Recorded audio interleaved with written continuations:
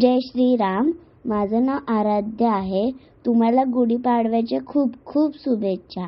आम्ही गुढीपाडव्याच्या दिवशी खूप लवकर उठलेलो आणि साफसफाई करायला लागलेलो. मग गुढी उभा राहताना मी माझ्या आईची खूप मदत केली. मग संध्याकाळ होताच आम्ही शोभायात्रेला निघालो. तिथं मी नऊवारी साडी नेसलेली. मग आम्ही फेटा पण बांधला. हा माझा भाऊ आहे, त्याचं नाव अंजनेय आहे. मग आम्ही रांगोळी काढलेली, पण ही रांगोळी मी नाही काढलेली. गुढीच्या खालची रांगोळी मी काढलेली. त्यासाठी तुम्हाला व्हिडिओ परत बघावा लागेल. माझ्या चॅनलला लाईक आणि सबस्क्राईब करा.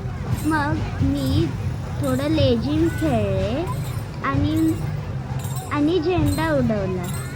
आम्ही गुढीपाडव्याच्या दिवशी खूप सारे खाद्यपदार्थ केलेले. आम्ही शेवया केलेल्या, पनीरची भाजी केलेली, खूप काय केलेलं. मग माझा झेंडाच खाली पडला. मग मी त्याला परत सरळ केलं आणि डान्स करायला लागले.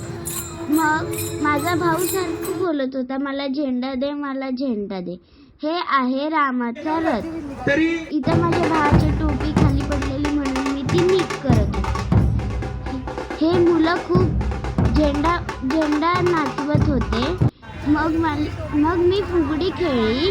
मला फुगडी खेळायला खूप आवडतं. हे माझ्या भावाचं स्कूल आहे. इथे आम्हाला खाद्यपदार्थ खायला दिले.